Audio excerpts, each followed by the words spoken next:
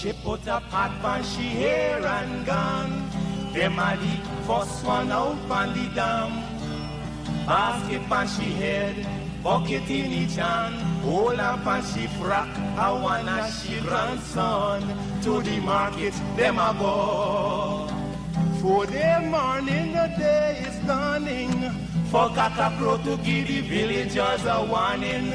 Rise and shine, the birds them a sing. All animal take turn as them join in the waking. Cockacrow, dagabag, donkey, bray, horse, and they even duck a quack.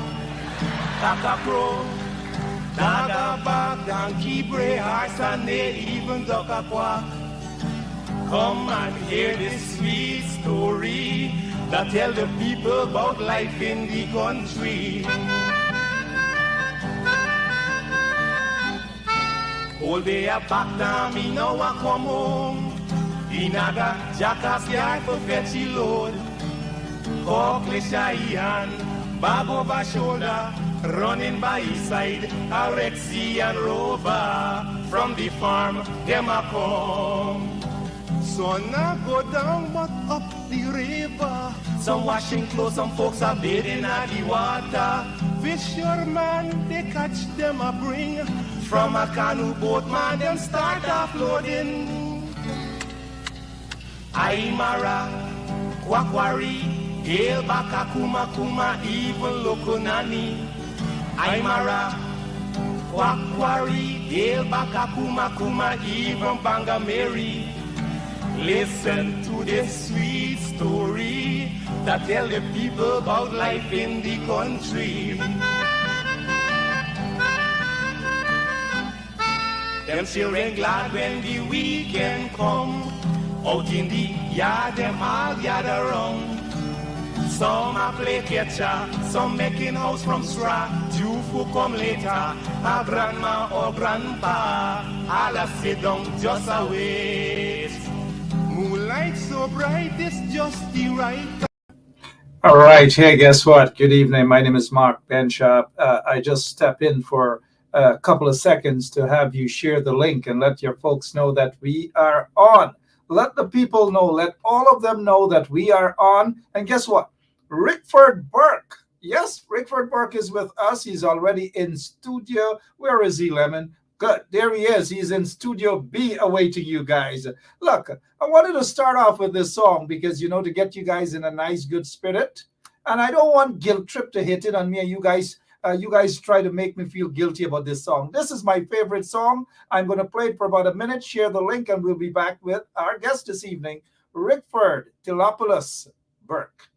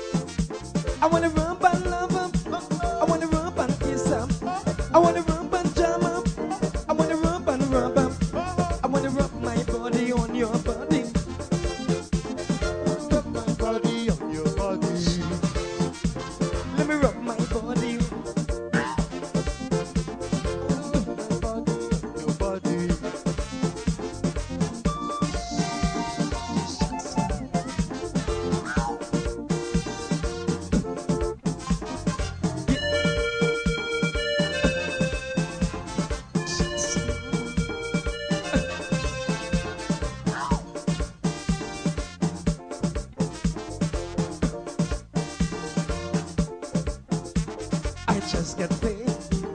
I want to play. The vibes is right.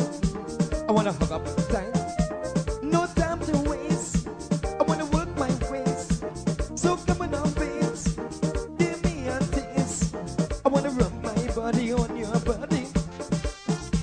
I wanna rub my body on your body. Let me rub my body on your body. I wanna rub my body on your body. I wanna rub and love up. I wanna rub and kiss up. I wanna rub and jam up.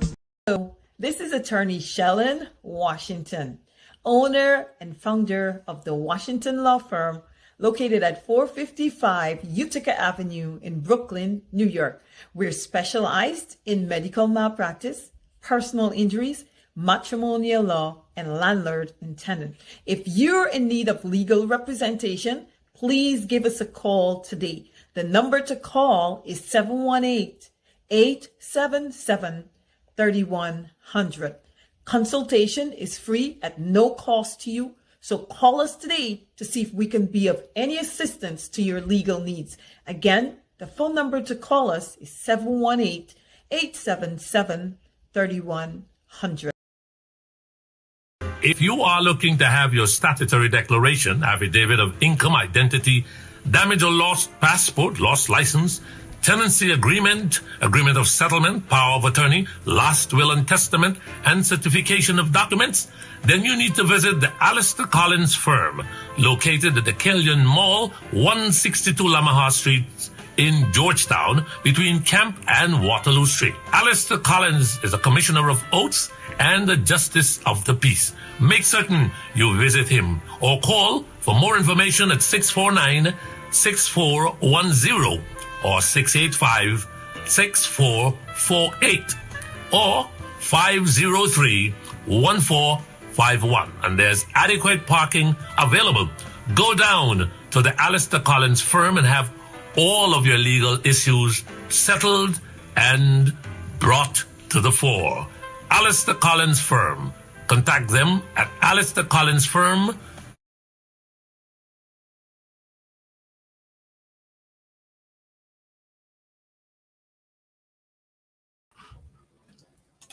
All right, let's begin. It's 9 minutes after 9 o'clock in beautiful Guyana. My name is Mark Benchap, and welcome to Straight Up on 107.1 FM. Well, the guest this evening is Mr. Rickford Burke.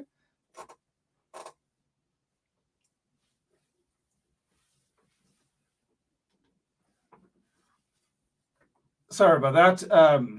It is what it is. I noticed Rickford is laughing already, but that is okay. When the little ones come, we just can't show the signs and chase them away. That was long ago story, right? Okay, good. Thank you. Love you. Right? Okay, good. Go ahead, sweetie.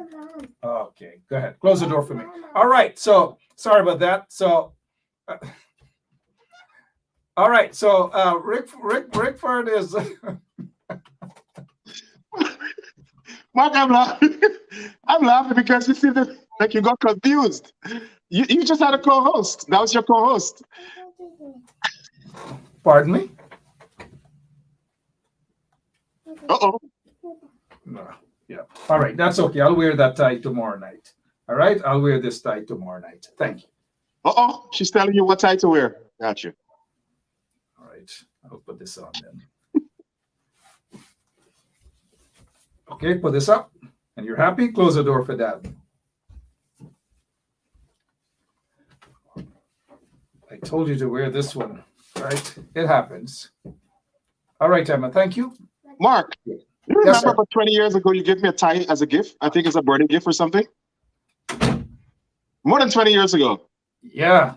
Man, that's how long we've been can't remember friends. that. Emily insisted that I wear this tie, so I just put it on. Okay, one sec. Yeah, Rickford, sorry about that. Good evening, and sorry to all of my guests. It happens when there are little ones around, and sometimes, I'm the kind of guy I don't want to chase them away. It's not like when we were growing up 60, 70 years ago, Rickford, when the parents just Excuse me? and all these sort of things. Welcome to Straight Up. How have you been, my friend? I'm good. I'm enjoying your co-host. Yeah, thank you Thanks so for much. having me on. What has been happening? Let's begin right away. What has been happening with this? We know it's bogus. We know it's a big show. We know what they're up to. no legitimate wanted bulletin. It was basically to embarrass you. But it's not working. They're not embarrassing you. You're not going anywhere. It shows the type of individuals who are part of that installed regime. But what is the situation with that so-called wanted bulletin in you? I have no clue. Is there a wanted bulletin? I have no clue. I know the announcement was made. I have attorneys here. I have attorneys in Guyana. The government and the police force know how to contact me. I've never seen a wanted bulletin, issued for anybody who did not commit a crime or anybody who is in public every day. So it's just my understanding is just it was just to tell me don't come back to Guyana, because if you come back here, we're going to arrest you. That's what a senior government official told me.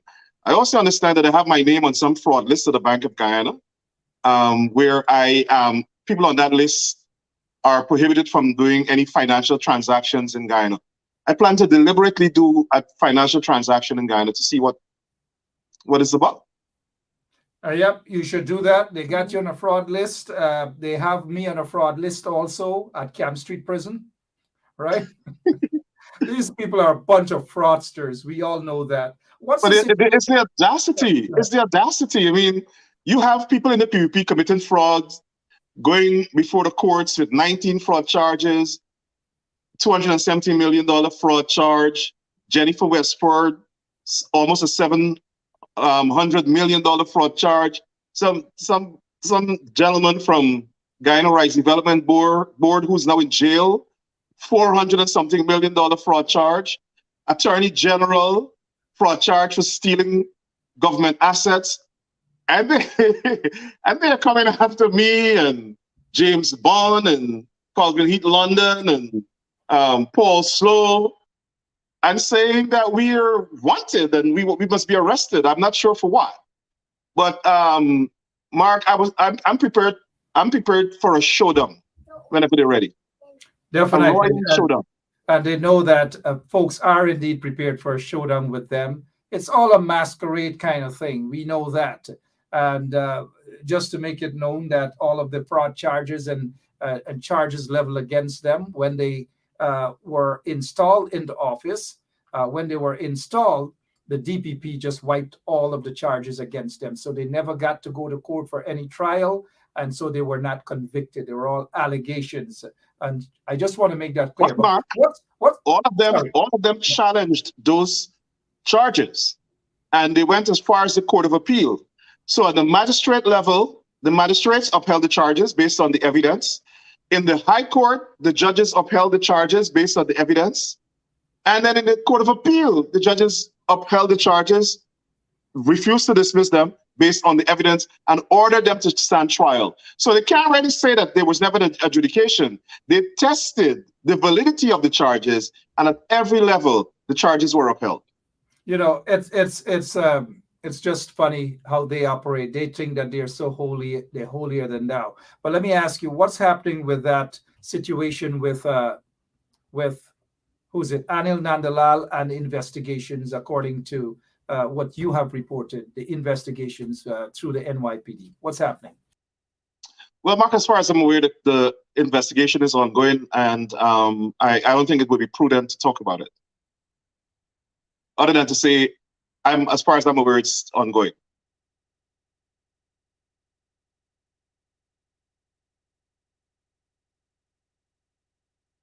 Mark?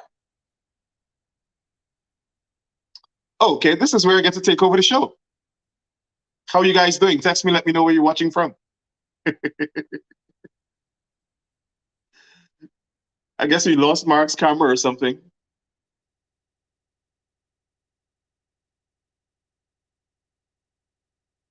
Yes, Rickford, sorry about that. Technical. I just want to start hosting the show. Yeah, and so that NYPD investigation, I know they have said that everything has been closed.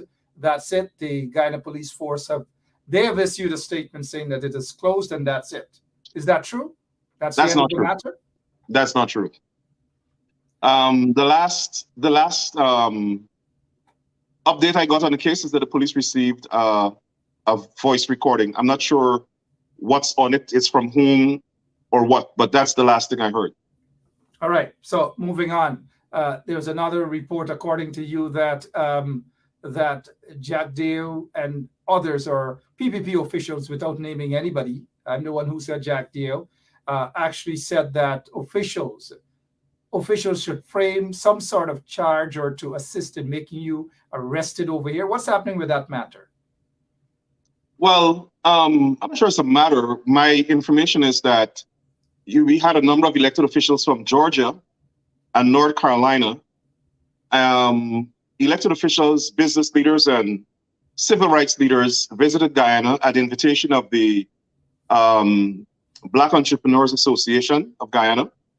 And at a meeting at the Office of the President, attended by several members of the cabinet, including Jack Dale, Ali, Onesh Waldron, Ali Cock, Wana Jill, National Security Advisor Jerry Govaya, and Joe Hamilton.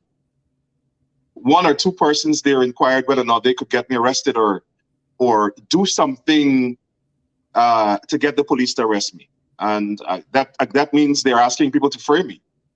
And as you know, in this country, engaging in a conspiracy to frame somebody is a crime.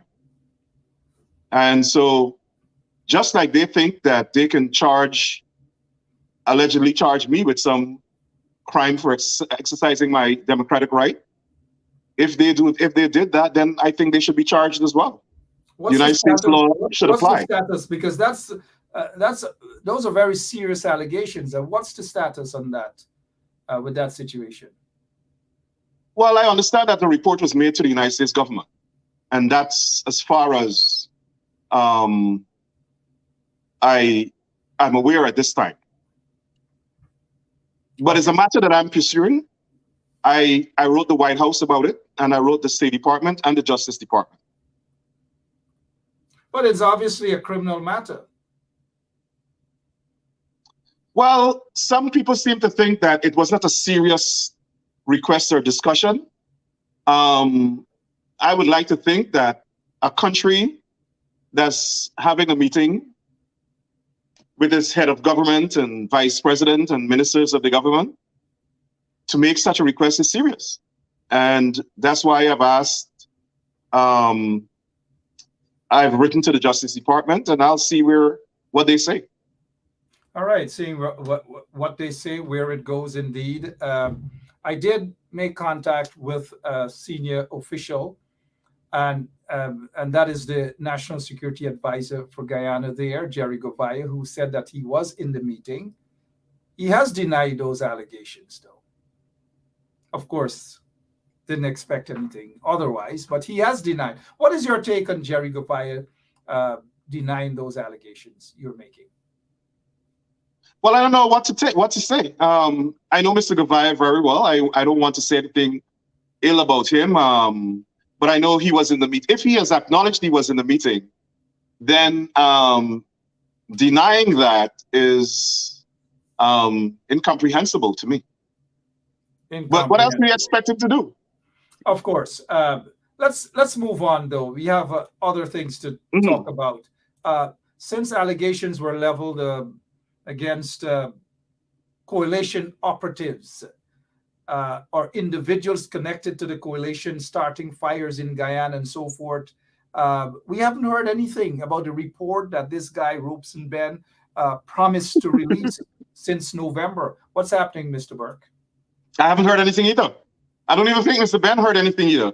But Mark, it's a presumptuous. I think this is what happens. The government of Guyana does not believe people who are opposed to them should criticize them publicly. It's a government that has a communist philosophy that they must control everything in the society, including speech. They don't believe in civil liberties. They don't believe in civil rights and human rights. They only believe in their rights. It's an ethnocracy where they believe them and their ethnic collective that make up the government and their support base run the country, owns the country, and should decide what happens in the country, who can speak and who can't speak. That's a fact. It's indisputable. The PPP government is not a democracy. It's an autocratic ethnocracy. Now, those of us who are abroad, they can't control our speech. With the advent of social media, we can come on these platforms and talk to the people in Guyana and talk to the people around the world. They don't like that. They don't like the fact that we have access to members of Congress and members of the United States administration, state and local government officials, our mayors, our governors. They don't like that. They don't like the fact that we're talking to these people about what is happening in our homeland. And so their objective is to destroy our credibility, attack us, call us all sorts of names, accuse us of all sorts of crimes, so as to get these people scared of us, turned off from us, think that we're criminals, think that we're mischievous terrorists, or whatever it is. That's their objective. They cannot contend with you and I in the arena, right? In the public space. They can't come and dispute our facts. They can't come on this program with you and me and talk about death squads and talk about corruption and talk about Sue. Who, Sue? Yes, Sue. That's Sue, the bribe money man. They can't do that. So what they have to do is try to attack us and undermine our credibility and assassinate our characters. The problem they have is that the people who are the audience that they're targeting know us. Who in the United States thinks Rickford Burke is a terrorist? Who in the United States thinks that Rickford Burke is a criminal and he's a wanted man? It's a joke, and everybody's laughing at it. When I discussed it with some US officials, they told me to completely dismiss it. They would not even give it any credibility and waste their time, because then they will make the Guyana police force important. Right? That's how they were dismissive of this thing. So they are after us. And like we have said before, from the time they came to power on August 2nd, 2020, the month after, they engineered their supporters on the Ethnic Relations Commission to file charges, to bring before the commission meeting a motion to file charges against me, you, and Dr. David Hines. And when you look at that, we're all people who spoke out during the campaign. We're all people who've been exposing them for years. And so they want to target us for political revenge. And they asked the Ethnic Relations Commission to charge us with crimes. In addition to that, they asked for us to be extradited to Guyana. The audacity of these people. Extradited for what? We're afraid. Extradited for. We're afraid of them. People get extradited for murder and drug trafficking and money laundering and stealing hundreds of millions and billions from the people and so on. Right? Why are we? But you remember, during the election campaign, when we were challenging Anil Nanlal and we were challenging the recount, he got up, he wrote on his Facebook page that when they got into power, they will be coming after me. And the objective is extradition. And then his followers on his page said, yes, bring him, let us wing him. Bring him, let us waddle him. Meaning, bring me to Guyana, let them kill me. That's the objective. I'm not sure what they think will happen after that. But I don't think they have that kind of hindsight. They can't, they can't think beyond their immediate emotions. But that's how they think. Burke and Benchcap and them talking out against them. Burke is talking to Congress people against us. One person say he gonna make us lose the government, kill him. That's their modus operandi. Of course, that's their agenda. That's their level of thinking. It cannot be executed. They're putting out these fake wanted bulletins and all these manner of things. Want people to be extradited. They got to be careful before some of them are extradited from Guyana to the United States of America. Some of them are on the wanted list. Some of them got to be lucky that their visas have not been revoked as yet. All right. This energy expo where the opposition, members of the opposition, the main parties were excluded. Your take, sir. Well, Mark, like I said on myself and Takumo Konse were on Dr. Hines' show last night. And like we said, they're doing these things because the opposition allows them to do it, and the people of Guyana allow them to do it. Now, if I am a member of parliament and this conference is open to the public or to the business community, all the opposition had to do is purchase the tickets or the seats or whatever to participate in this thing and attend it. I don't care if they invite me or not. I'm going. This is my country, and I am going. And if I were in Guyana, whether they invite me or not, I would have paid my $5,000 or $10,000 and attended that conference. Mark, I'm not sure if that was a strategy that the opposition didn't do that. I would have bought a booth. Right? And in that booth would have been all the pictures of people who were murdered and photographs of Sue and Bar Jack there, and let the whole world know, right, what is really the PPP government. I just think it was crass that they did not, and odious, that they think the country belongs to them. And they don't want the people that represent, as far as I'm concerned, 51% of the population to participate in the oil and gas conference. And they're doing it because we, the people of Guyana, have allowed them to do it, allow them to bully themselves into government. Now allow them to bully themselves to take all the oil money and spend it on themselves, their friends, and their ethnic supporters, those people who support them, because they're East Indians in Guyana who don't support their racism and don't support their political agenda. So, Mark, I would not have complained as the opposition. I would have given them a heart attack. I would have bought like 100 of those tickets, or bought all the tickets, right? And show up with all my people from Buxton and wherever to that conference, and let the world know that this country belongs to all of us. So my advice to the opposition, the next time there is such a forum, buy the tickets. Buy out all the tickets. I share a different view. Here what's my view, Burke. 31 members of parliament, thousands of supporters of the PNC, APNU, AFC, the WPA got their bits. 1,000 people, the opening day of that conference. 1,000 spread out in front of that conference. That too. Save the money. Don't waste the money and give it to the private sector. But that would have been my approach. 1,000, maybe 10,000 people flood the place in front of the Marriott, man. Then they would have gotten a message. That too. But I thought, Mark, they should have had a big protest. I didn't see the opposition protesting. I saw Glenn Lal's group protesting. But I would want access to the world leaders and the CEOs and the dignitaries that came in to the country for this conference. And so that's why I would have gone into the conference. Of course, I would have had protests and make a lot of noise outside to let the world know that they want to shut out Black people from the conference, just like they want to shut out Black people from the economic, Black people, Amerindians and and East Indians who don't support them, from the benefits of Guyana's oil and gas. You know what, Rickford, I'm seeing a lot of these comments here. Weak opposition, weak opposition, weak opposition, weak opposition. Take a bite of that, please. The opposition is indeed weak.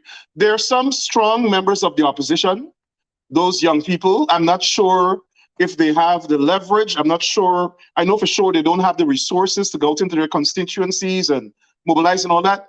The government has cut the opposition budget by 70%, I understand. The opposition should find a way to finance their members of parliament. I think what we need is a new beginning in Guyana in terms of opposition politics. I would like to see every member of parliament go into the community, work with the community, open an office, have fundraisers, mobilize funds, do whatever.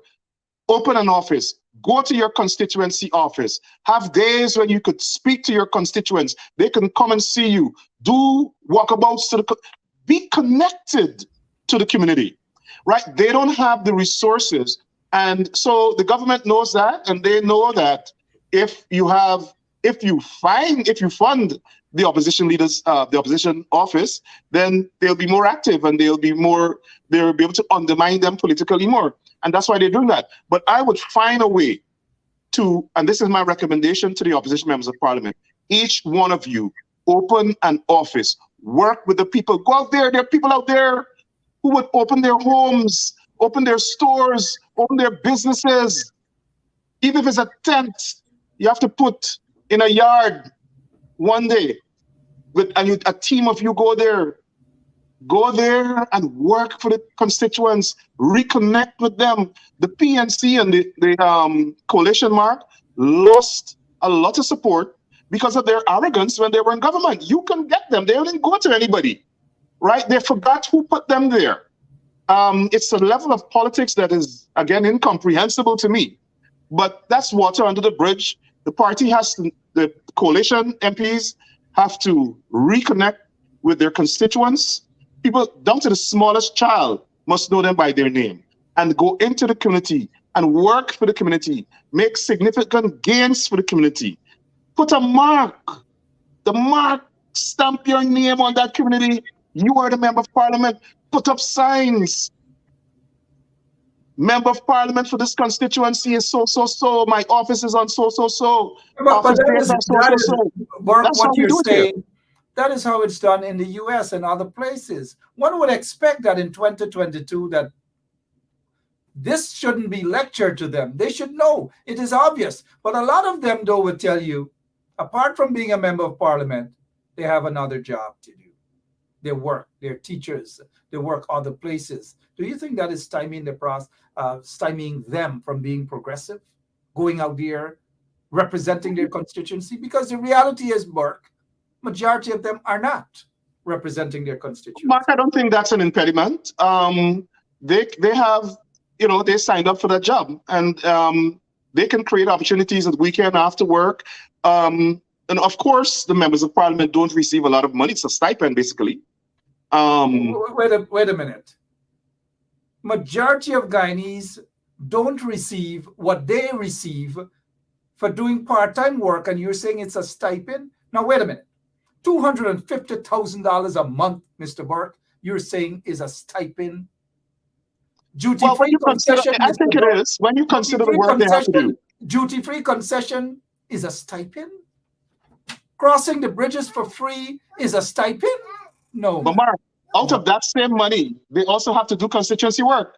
They have to take their money and go into the communities. They have to take their money and go to help people solve problems. Sometimes, I was talking to a few members of parliament when they were here. They have to give constituents money from their own pocket. That's not fair. I think every member of parliament, every constituency in Guyana, some of them say that. How many of them give constituency money? Come on, man. I've been there on the ground, Mr. Burke. I understand what's going on. Nobody's going to paku me. $250,000 as members of parliament for one salary, and they love to boast that they have other jobs. How much do they make on the other job? So when you calculate all of the monies they make about $400,000 per month. I don't know how much they make. This is nothing personal against them. I'm not hitting on anybody, but I feel with the salary that they get, 95% of Guyanese don't make $250,000 per month. Public service. In addition to that, the political parties should support the work they do. Guyana hasn't evolved into a sophisticated society where every parliamentary constituency has an office funded by the government. That's how it works. The parliament should fund the MPs. Even in Trinidad, a small country, they have that. And to the extent that members of parliament don't get the resources from the government, I think the political parties should raise funds and have ongoing engagement with the constituency. We can't wait until election time to go and meet people and talk to them and hear what they want. It has to be an ongoing process. And that's how you know where your voters are. That's how you know where your needs are. That's how you know where your weaknesses are. And that's how you strategize to win an elections based on your engagement with the community. And I'm pretty sure that that is something that not only me and you and everybody else is talking to the members of parliament about, and I hope that they strategize and get going when it comes to fulfilling the needs of their constituents and going into their constituent. I'm pretty sure a lot of people don't know who their members of parliament are on both sides. It's not only in the opposition, it's part of our political culture. Our members of parliament don't go into their constituencies and let them, for people to know them. Some of them are on social media, though. They're on social media. It's a good place to meet people as well, but I think they need to be in the communities. Over here, as you know, our city council members, senators, assembly members, congress people, U.S. senators, they come into the communities. They come to church. They come to the senior centers home. They come to the soup kitchens, the pantries. They meet you at the train stations. So, we have to advocate for our political culture to evolve and become a little more sophisticated and meet our constituents wherever they are. Yep. So basically, we got an understanding as to what's happening. They're not paying attention. And maybe if they were directly elected by those members of their communities, then it would have been a different story. They know once elections pops up, then they would have to run up against Burke, run up against maybe a Cobb, maybe Drucker, maybe Aaliyah Waldron, maybe Brenda and Desiree and the whole crew. But they have nobody to run up against. They depend on the party to choose them from the list. So they feel that they're not really responsible to anybody. They don't give a damn. Weekends, they're going to rush at the market and take a quick selfie to say, look, we're working. But let me remind you, though, Rickford, $250,000 a month, Guyana dollars a month, is not a stipend. It is a salary. It is more than a salary. But if you say that the mayor of Georgetown gets technically, a salary is a full-time worker. But go ahead. I understand your point. Yeah, a duty-free concession. You cross the bridge free. Ordinary Guyanese got to pay $2,000, $3,000 across the Berbice River Bridge. They got to pay to cross the Marara Harbor Bridge. These parliamentarians don't pay a dime. I don't know. Let's move away from that before some of them start get all emotional and say that Ben Sharp don't like we. Anyways, let's get to this. I want you to listen to this tape. Here goes. Okay, well, maybe the Chinese company that did not get the agreement that they wanted here, maybe they're the ones who told you, or it could be just a fictitious thing. Okay, well, let's talk about specific individuals. What is your relationship with Mr. Su Jerome? So my relationship? Nothing. He's a tenant in my place, yeah. And he's a good friend of yours? Yes, yes. He is a friend of ours. His father was here from many years ago. Mm-hmm. I mean, he lives next door to you. Yes. He was able to arrange meetings and catch-ups with you at any point in the day. As a friend, yeah. He claims that through his very close relationship with you, that he's able to get any deal done. Well, I don't know if that's able to change laws for investors. But then which law has been changed for any investor? So Sue told us that if you want to get anything done in Guyana, you need some hookups. I'm very close with the Vice President and the other officials. The Vice President and I share a very close relationship. Also, if we do the business, he'll help out no matter what. There's no one else who can help like he does. He also said us when he's talking about prospect investors that the Vice President said.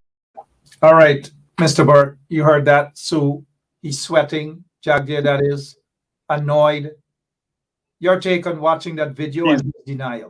He's licking his tongue. His saliva just went up.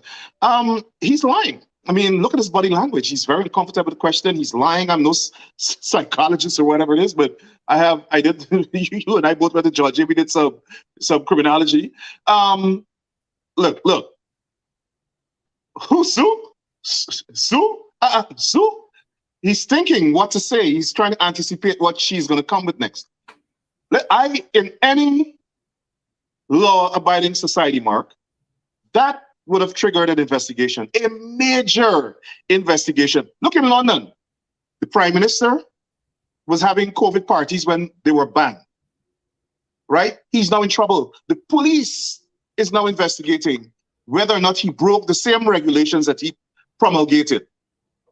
In Guyana, the vice president is accused of taking bribes from every investor and every person who's giving him a contract, who the government is giving a contract to. And the president says, where's the evidence? It's not a court of law.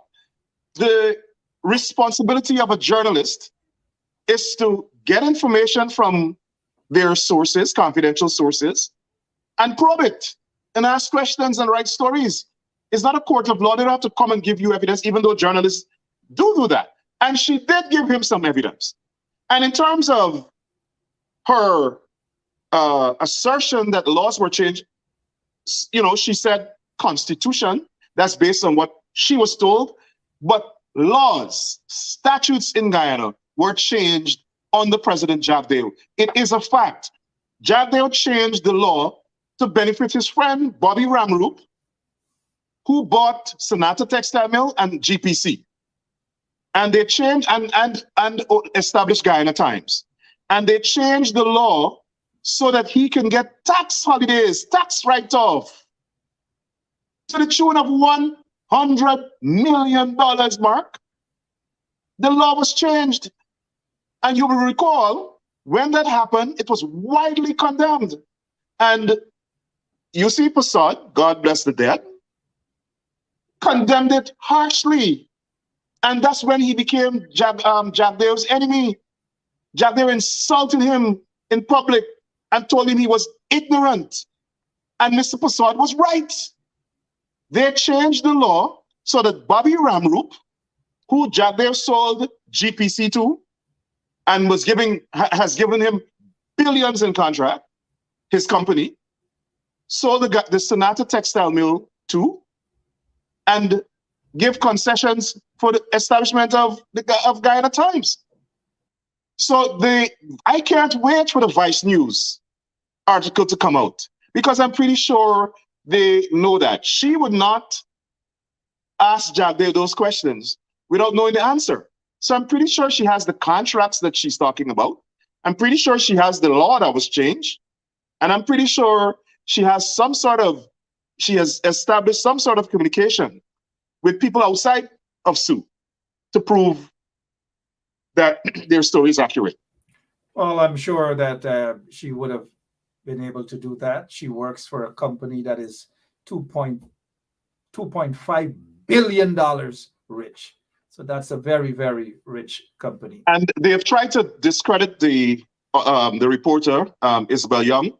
She has reported from all around the world. She's won prizes in journalism from all around the world. She has reported in Afghanistan. She has embedded herself with United States soldiers.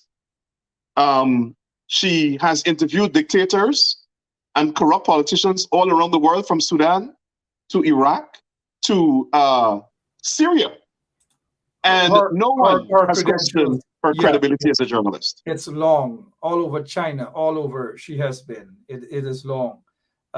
Let us await the report. It should be out maybe, who knows, maybe. But Mark, I want to emphasize the fact that a journalist has said that a person has acknowledged that he gets millions of dollars for a government official as a bribe for seeing business people who are interested in investments, and from contracts pursuant to those engagements. That is a major corruption scandal. And there should be an investigation. I want to know, Irfan Ali must tell the Guyanese people why Bharat Jagdeo is not under investigation. There must be an investigation. Chinese businessmen are accused of bribing Bharat Jagdeo to get contracts. Billions. When we check the number of contracts given to Chinese businesses, it's almost $2 billion US. In addition to that, almost 90% $2 billion of the US dollars is actually crumbs over the years. It's crumbs. Right. But now, currently, since they went back in power, And also, when you look at the list of companies that they're giving contract to, 90% of them have been banned internationally from doing businesses, from doing transactions with countries because of bribing officials. And this is exactly what Jagdeo is accused of. There must be an investigation. So what are the couple of companies that are banned internationally from doing business? China Railroad. I have the list. I can get it. Sure. I can get it. Maybe before the end of the show, I'll pull it up. A better understanding, indeed. Yeah. So Irfan Ali is not going to reveal that she also interviewed him, the vice reporter. He's not going to say what came out of that interview. But maybe sooner rather than later, we'll know more. Mark, one of the other things that we should tell the audience. Yeah. That interview was held on February 1st.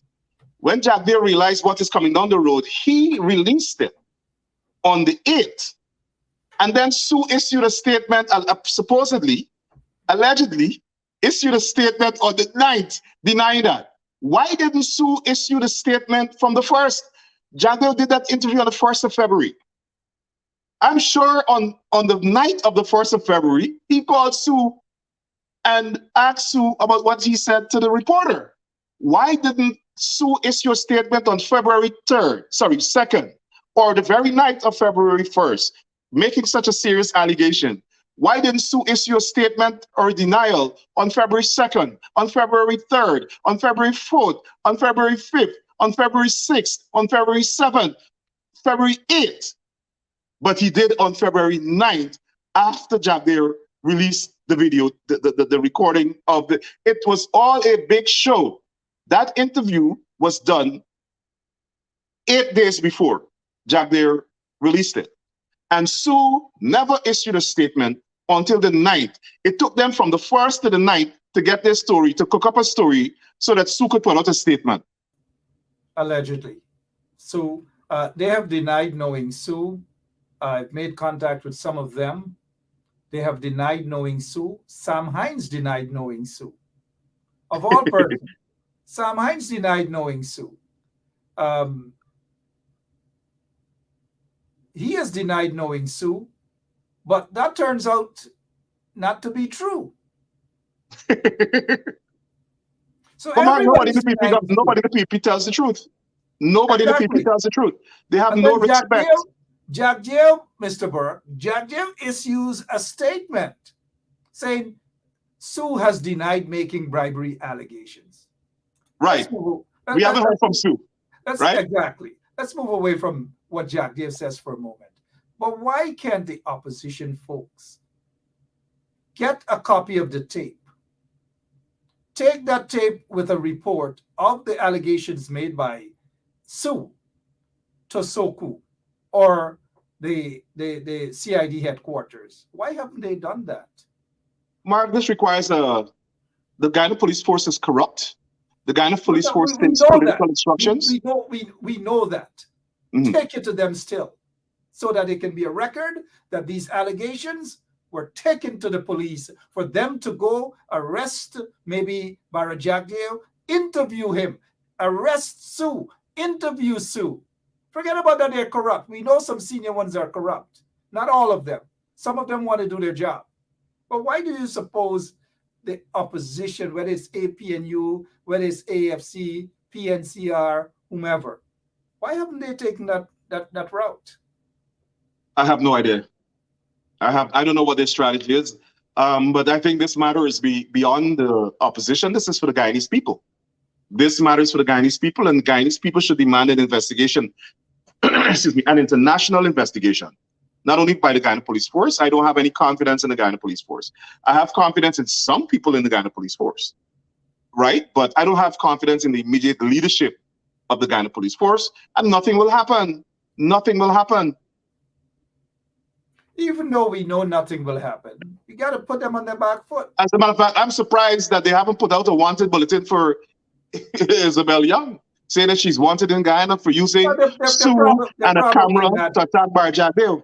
They're definitely not going to do that. She's a reporter. She went there to do her job. She did her job. And let's wait until that interview, that big report comes out. Should be sometime maybe April. I'm trying to find a list of companies. I know that we had put out a statement with a list of companies.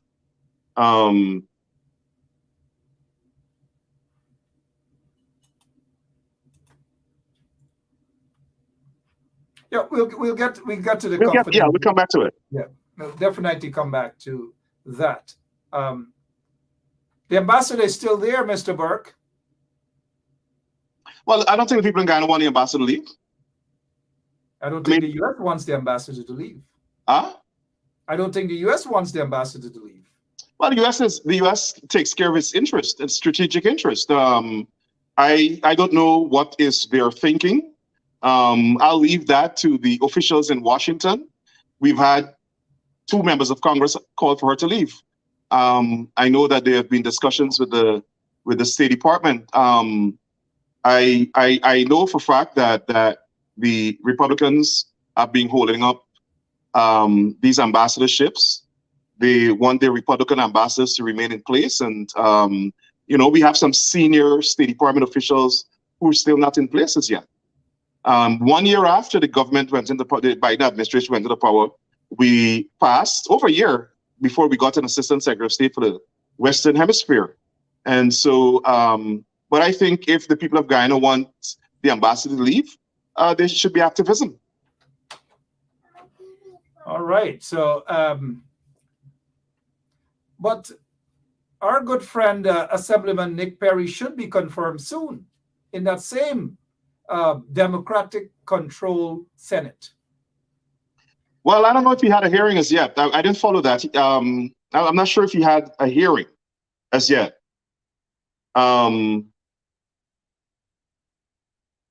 So someone just sent me the law that was changed, Mark.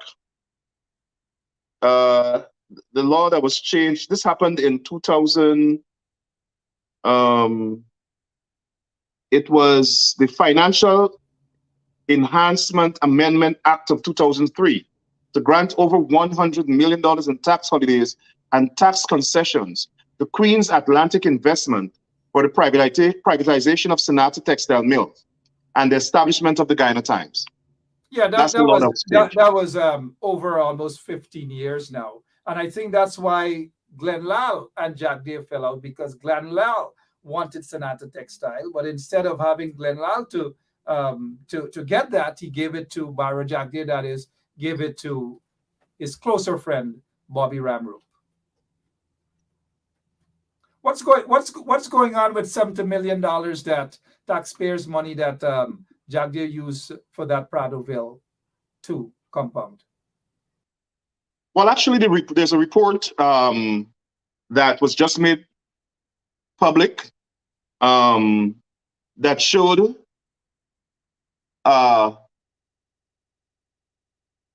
the government unlawfully obtained the land at Pradoville. The report is an audit, a forensic audit that was done by Christopher Ram and McCrae. And what the audit showed is that the PP government removed the antenna, the NCN antenna from Sparring Dam. You remember that big antenna was there by the sea. They removed that and took it to Essequibo Coast. And once they removed it, they realized that was prime land. And they claimed that Cabinet made a decision to make that into housing scheme for people only. There is no legal authority that gave the PPP that land. And so Mr. Ram made it very clear in his report that the land at Sparring Dam there, Pradoville 2, that land was unlawfully obtained. As a matter of fact, they're squatting on the land. Well, it's actually family property that Jack Dale compulsory, what is it? Acquisition. Compulsory acquisition. But of that land from a family. And that is under question. And that is what the audit is popping up now. But that's, I recall the gentleman challenged Jack Dale on that many years ago. And so this audit now has revealed that 70 million of taxpayers' money spent on developing that land, so that Yes. Jack Dale and his boys, his close boys, some of them were members of the PNC also. One of them gave a bounce check, who was a then sitting chairman of Region 10, Mortimer Mingo. But another member of the opposition sits right there in that compound, enjoying that sea breeze with Barra Jack Dale. And the market, if you notice, only PUP people and a few of their friends got access to that land. It was not allocated based on regulation. You know, Jack Dale said, Gihida. He took 2 plots of the land or 3. One of the things too, Rickford, that came up, then sitting Chief of Staff of the Guyana Defense Force, Mr. Gary Best, was given a nice piece of land there. I think Mr. Best also has a land. But what is most important... The other person, one second, the other person that got a piece of land there was Mortimer Mingo, who was then chairman of Region 10. He claimed that, they claimed that he issued a bounce check or whatever, allegedly. So he doesn't have a piece of land there now, but Mr. Gary Best does. Yeah, the other thing is, they in order to place the infrastructure for these homes to be built there, they use government money. Taxpayers' money. Taxpayers' money. The people of Guyana, $71,495,700. $100. Let me call it back. $71,495,721 of taxpayers' money they use to help them build that scheme that they have here. These are all private people. That's according to the audit. That's according to the audit. Yeah. And the audit said they never reimbursed the government. Mark, if I want to buy a piece of property in Guyana, I have to go and pay a land surveyor. I have to pay Guyana Water Authority, GWA, to put in infrastructure there. I have to pay GPL. Why it is that the PPP hierarchy, all of them living in this community, and the taxpayers have to pay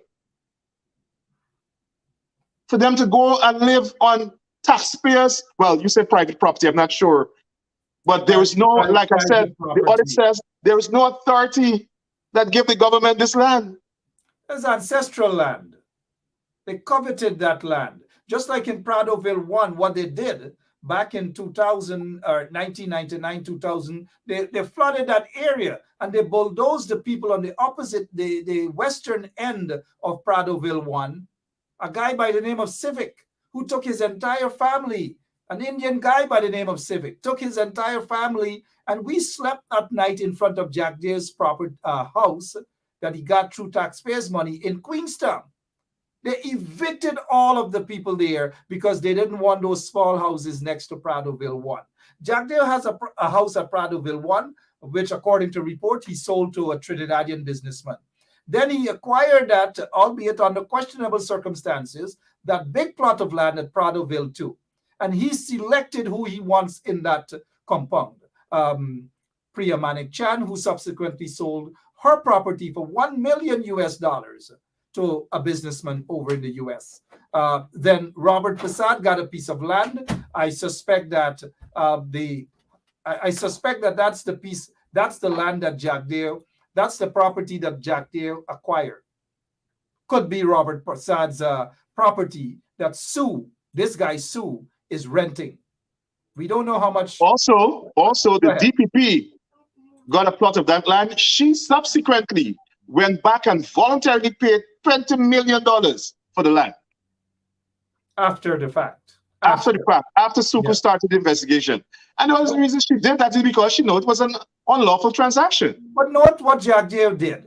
He went in and gave the plot of land to his friends. I believe, what's his name? Roy had a piece of land there. I don't know if he still owns it. Then how could you, a sitting chief of staff of the Guyana Defense Force, he's going to give a piece of land there too.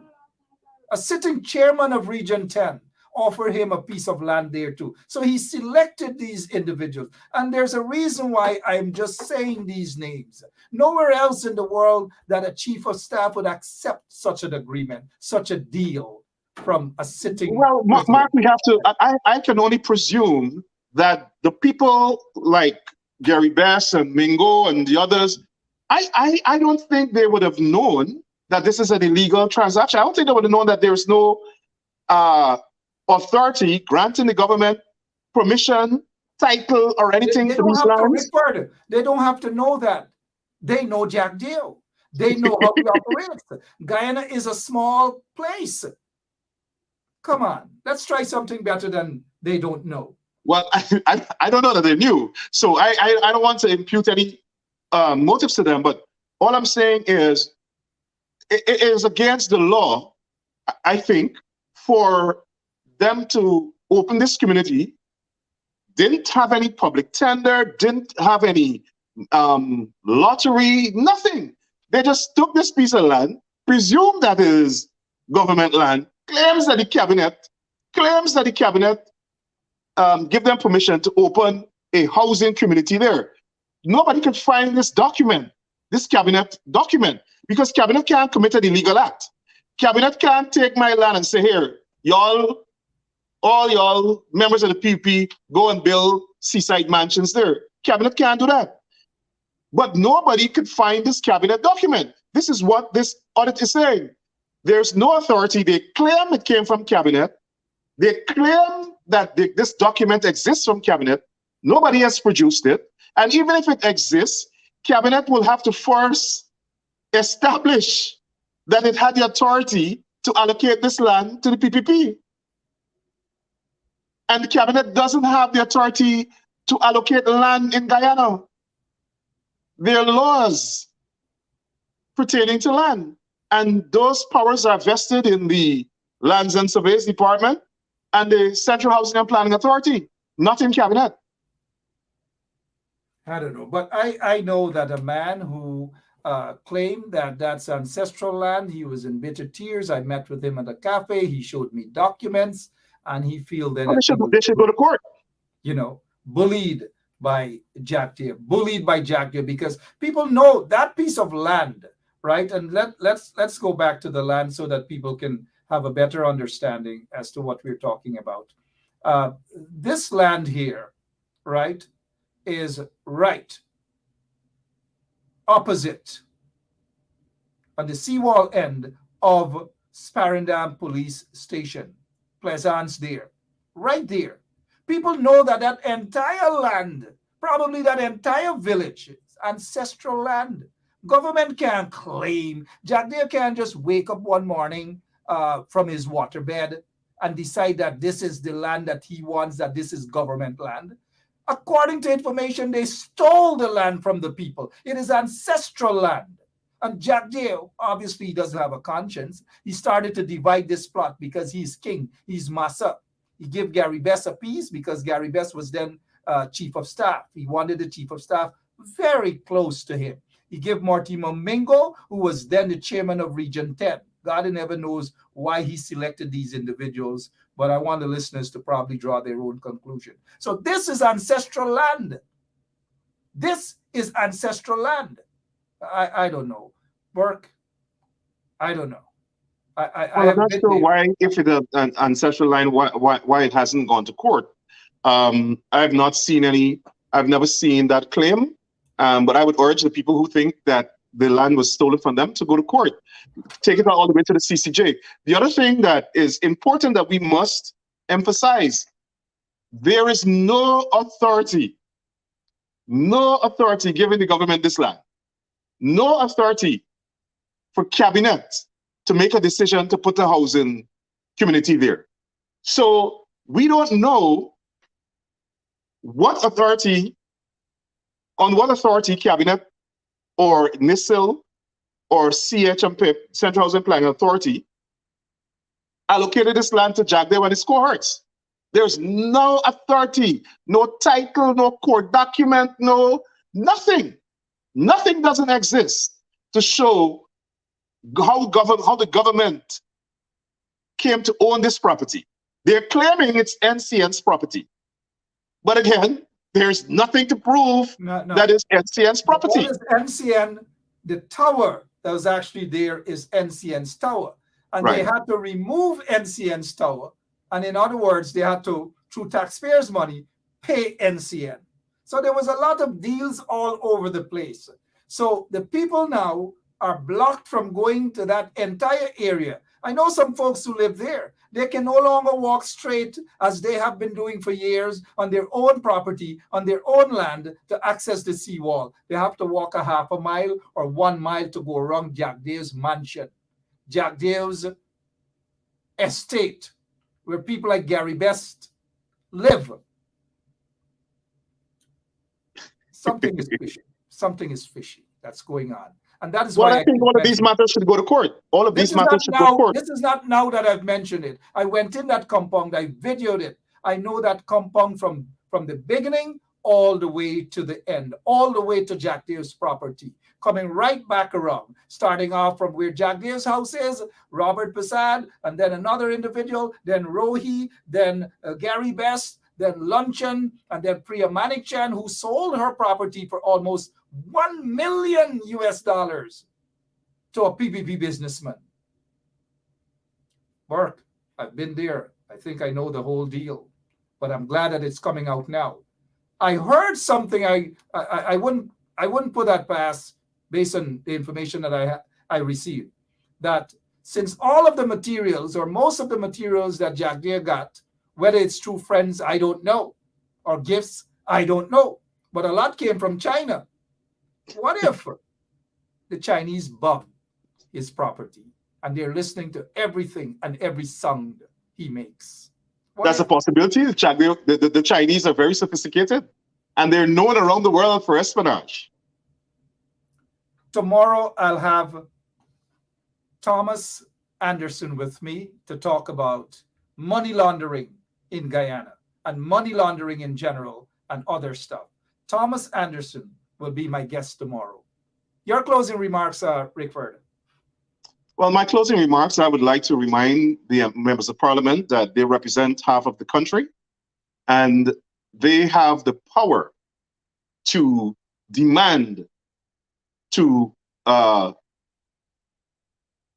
part of the state, to be included in every aspect of the management or the oversight of the oil and gas industry in Guyana.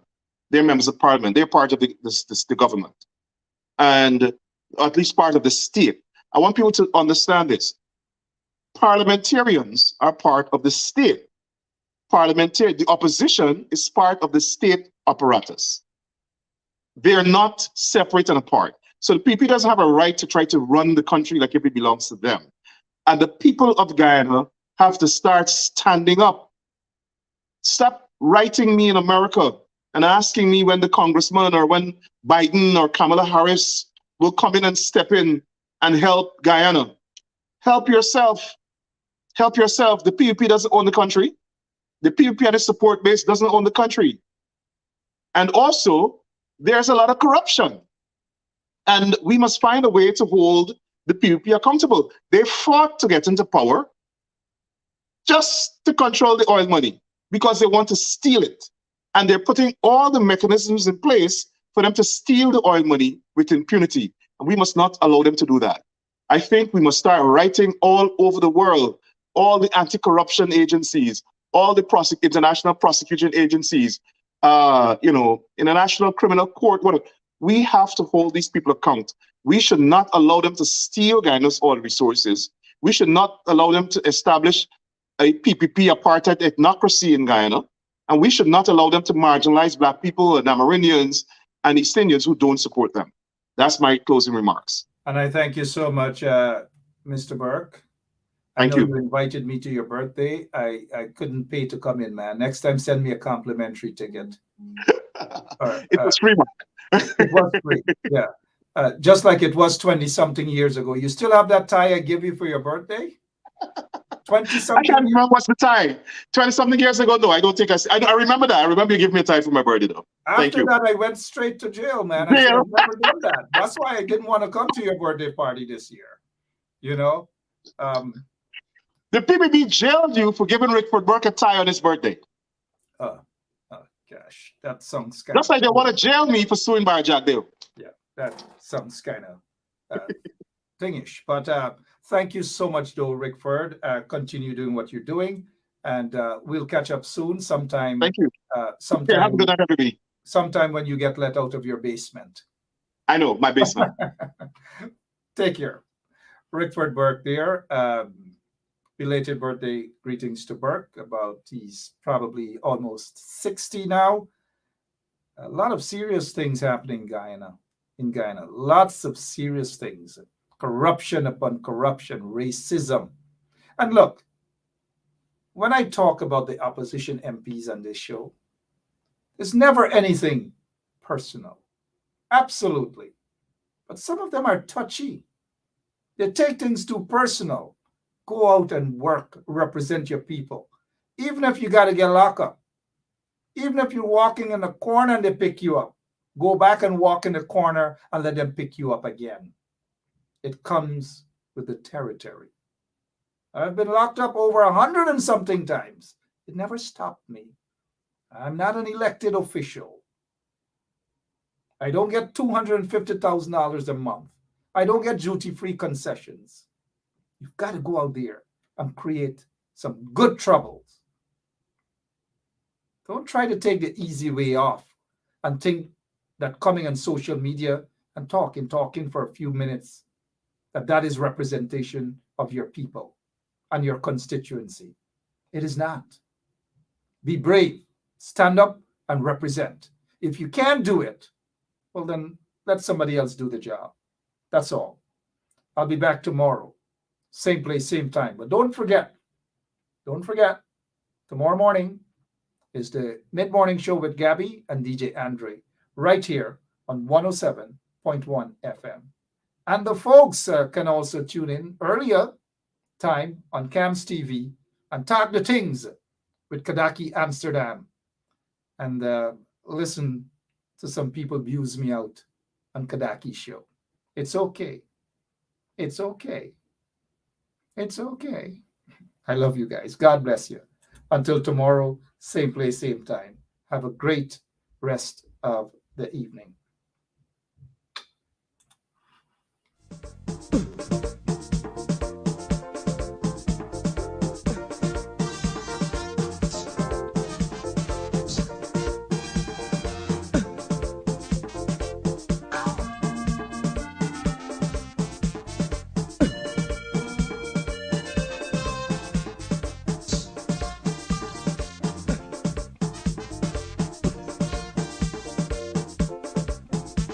I'm in the mood. I'm feeling rude. I'm feeling hot. I want to run. The feeling exciting. So darling, let's do something. I wanna rub my body on your body. Body on your body. Let me rub my body on your body. I wanna rub my body on your body. I wanna rub and love him. I wanna rub and kiss him. I wanna rub and jam him.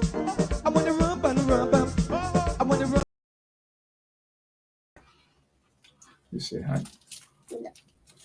Oh, really? Let's see what else you want to.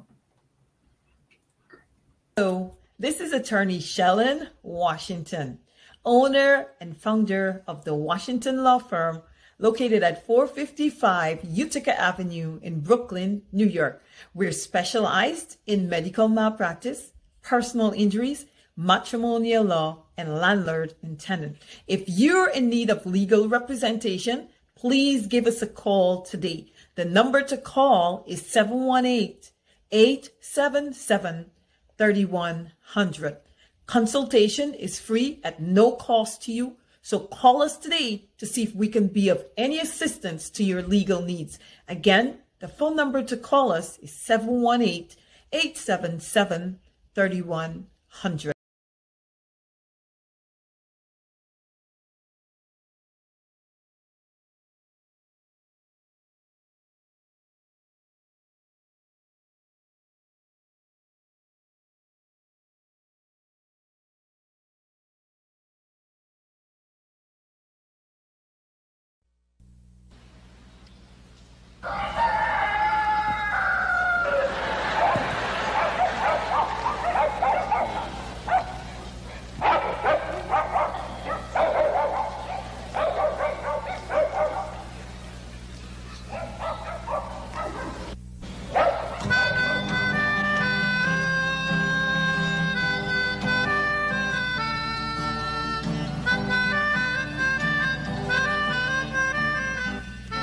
She put a pot on she hair and gone.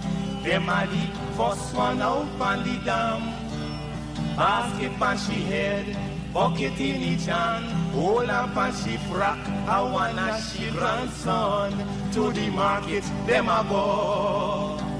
For the morning, the day is dawning.